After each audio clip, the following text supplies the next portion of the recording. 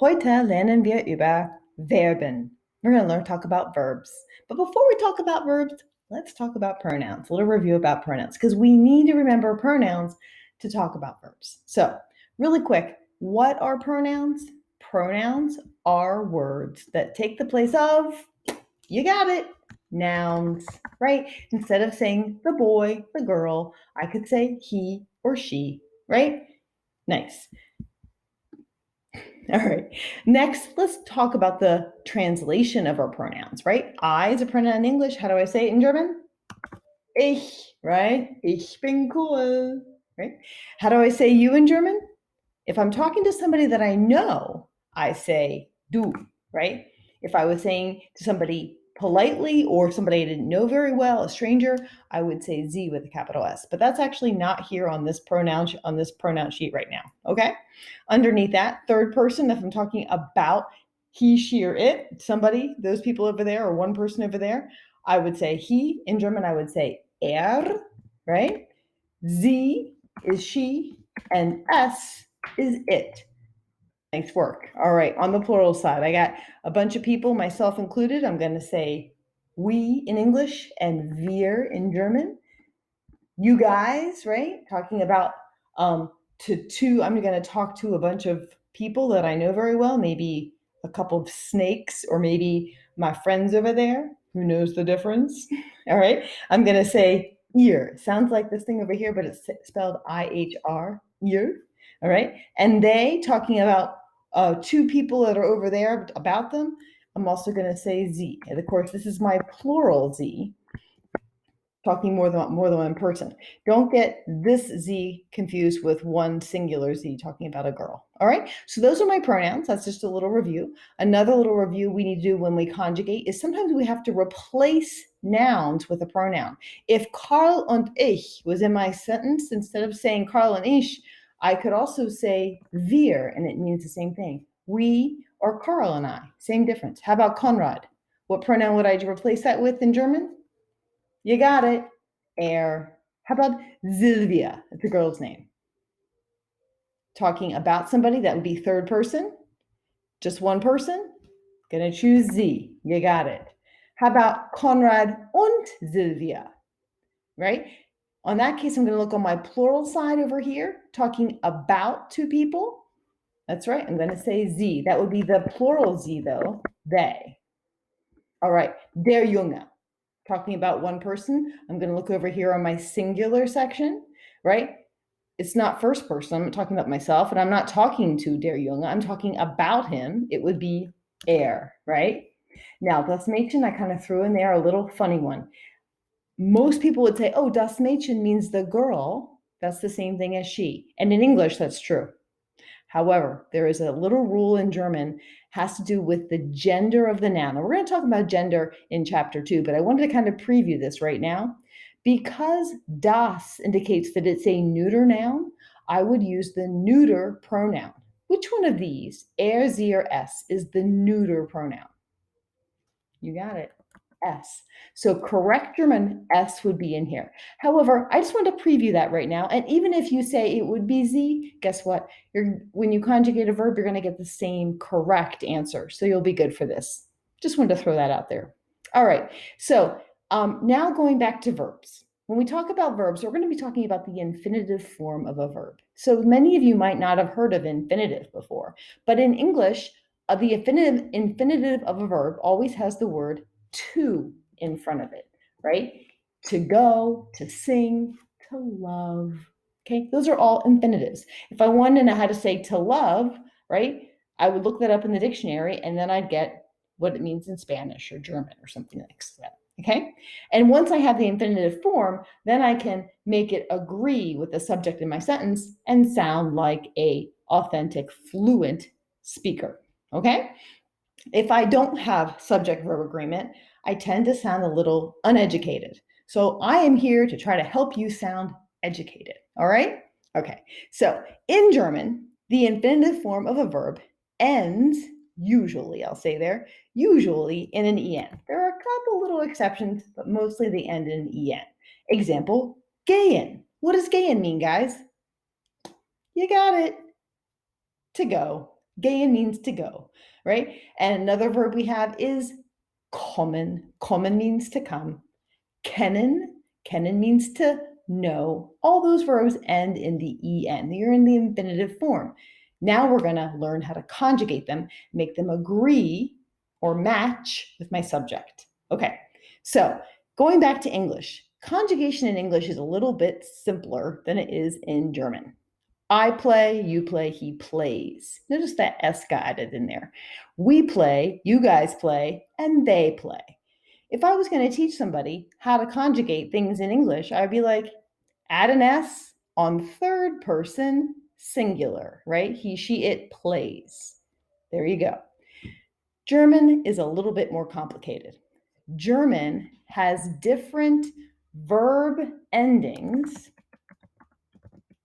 for almost all verb situations. There are a few repeats, but that's going to change a lot more than it does in English. So scroll down your page and we're going to keep on going with verb conjugation. Kommen, all conjugated for you. Okay, this is kommen, completely conjugated. Remember I talked about those patterns? Let's see if you can find it. I did make it a little easy for you. Notice komm, right? I found the stem of kommen, which is everything except for that en. If I would take komm and highlight it, that's the stem of the verb. And then I add an ending. When I have ich, I added an e. When du is the subject, I added an st. When er, sie, or s was the subject, I added a t. E, S, T, T. Remember in English, all I had was an S. So there's three different endings here. And on the plural side, wir, I add an en back onto it. Ihr is the subject, I add a T. And if sie, they, or capital Z with meaning that somebody you have to show respect to, same verb endings and en. So I have 1, 2, 3, 4 different endings if I have 6 different subjects. So that's a lot of changes. So the good thing is about 95% of regular verbs all have this pattern. So that's a good thing. Germans are very methodical and structured in their language. You people that like to know what's coming up, you're going to love German. But anyway, the way I help you learn the pattern is, of course, a song. So bear with me, bear with my singing. It's to the tune of Three Blind Mice, okay? The melody is do, do, do, do, do, do, do, do, do, do, do, do, do, do, do, do. You ever heard that one before? Well, I've put the endings to the verbs and add a little twist on the end myself. So here you go to help remember. You can sing along if you want. Katy Perry has already asked me if she could have the rights to the song. I'm thinking about it. It might be the next hit. I don't know. So here we go. E-S-T-T, E-N-T-E-N, E-S-T-T, E-N-T-E-N. If you like to conjugate, use the verb chart, it's really great. E-S-T-T, E-N-T-E-N. Okay, so when you're having trouble remembering what ending goes with what, you can remember that little song to help you out. Hope it didn't hurt your ears too much, but it tends to be a favorite. So if you scroll down a little further, you'll see that same pattern repeat itself with wohnen, right? Do you guys remember what wohnen means? Wohnen means to live. Whoops, not to love, to live. If I want to say I live, I say ich wohne. I take the stem of wohnen and I add that e. This is agreeing. This verb agrees with the subject, right? If du is my subject, I take the stem of the verb wohnen, right? But I add an st. You live in German is du wohnst. Du wohnst in York. Ich wohne in Mannheim. Okay, if er, he, or sie, she, or s, it is the subject, I use the ending t after the stem. Wohnt. Er wohnt in York. He lives in York. Okay, and on the plural side, same pattern. En-t-en. Scroll down a little further. Kennen. Do you guys remember what kennen means? Ich kenne Katy Perry. Don't believe it. I don't know her. But it does mean to know. Kennen means to know, right? Same pattern. E-S-T-T, E-N-T-E-N, right? That's how you conjugate. So let's conjugate gehen. Stop the video, try to conjugate gehen using the model from kennen or wohnen and figure it out. So check your conjugation of gehen with mine.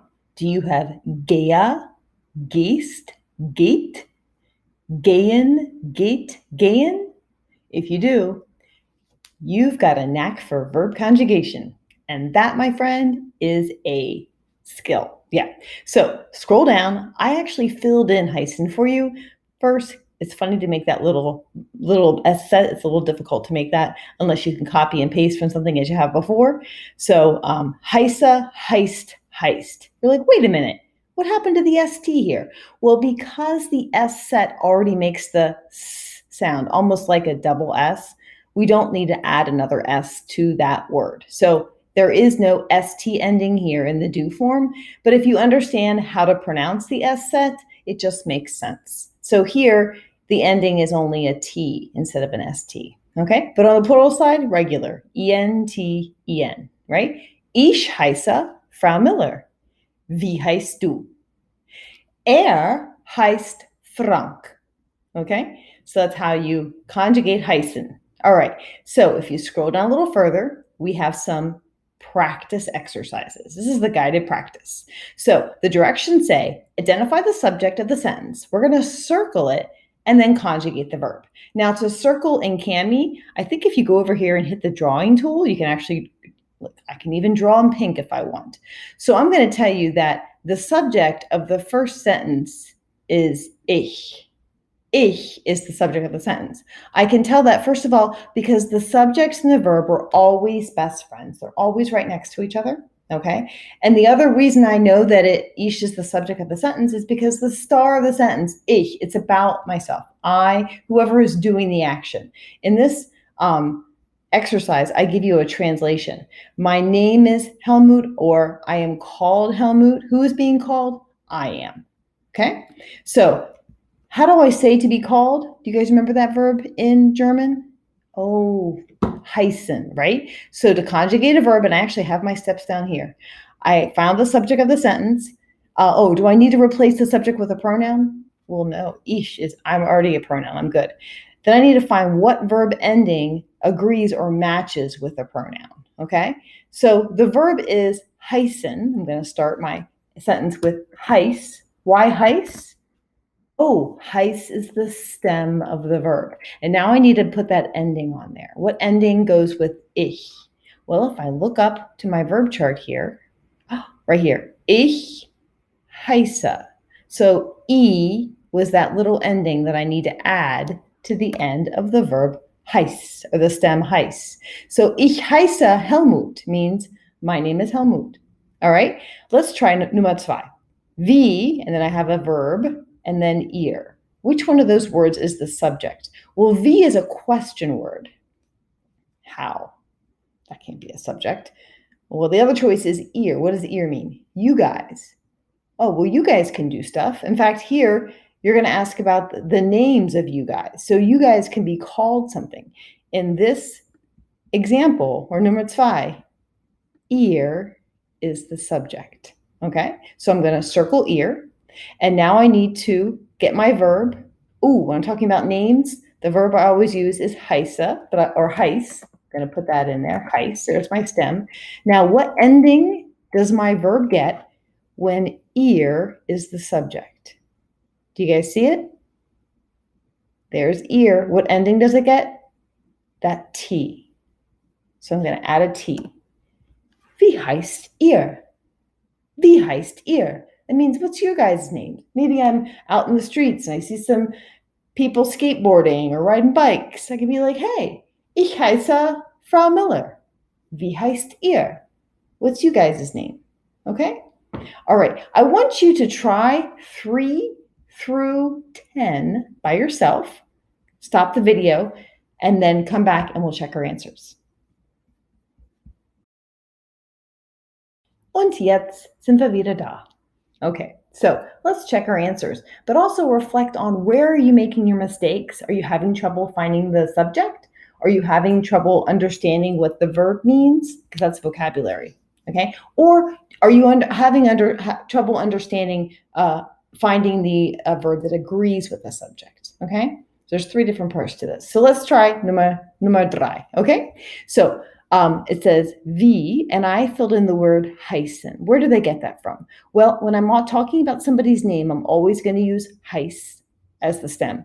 I circled here sie. It has a capital S. The capital letters are very important because it changes the verb ending. If I'm talking to somebody that I have to show respect to, maybe I'm asking a police officer's name, I wouldn't say wie heißt du. That's actually considered rude, okay? I don't know the police officer. I need to use polite form, formal way of speaking. And another way to reinforce that is this en, right? Wie heißen Sie is how I would say, what is your name? But I'm speaking to somebody who I have to show respect to, right? What is your, and I put in there, formal name. All right. And number 4, ich is the subject of the sentence. I got the comma because I'm talking about come, right? Come in English, or come in English is come in German is kommen. I take the stem and I add the E. Ich komme aus Deutschland. You try it. Ich komme aus Deutschland. Nummer 4. Or Nummer 5. Woher kommt sie? Sie is my subject. Sie means she. I got that from my translation here. Where does she come from? Woher kommt sie? Get my T ending. If I look up here on my verb chart, right, with kommt, doesn't actually, there we go. Sie kommt. Woher kommt sie? Sie, singular, goes with kommt, the verb. Okay? Going back to my exercises here, Nummer 6, I was asking in English, where do you come from? Du is my subject. Du means you. And if I'm going to take kommen and conjugate it to go with it, I get the ST ending here. Woher kommst du? Woher kommst du? Nummer 7. In English, I want to say, do you know the woman? In German, I would say, kennst du die Frau? Right? Du is my subject. Yeah. Do you know? Right? Kennst, the ST ending is conjugated to go with the do. Nummer 8, I wanted to say in English, I know the girl. In German, I would say, ich kenne das Mädchen. Das Mädchen is the word for the girl, but the girl is not doing the action here. I know. I'm going to conjugate the verb to go with ich. Gets the subject ich, gets the stem ken, and then I add the E. Wo wohnen Sie in English means where do you live? But I'm talking to somebody who I have to show respect to. Wo wohnen Sie? Capital S here makes a big difference. Nummer 10. Wo wohnst du? That's how do you say where do you live, talking to somebody who I know well, maybe a friend. Okay? All right. Here are the steps to conjugate a verb if you're having some trouble. You can sing that song along with the words if you want to. But you did a great job today. Can't wait to see you soon. Auf Wiedersehen.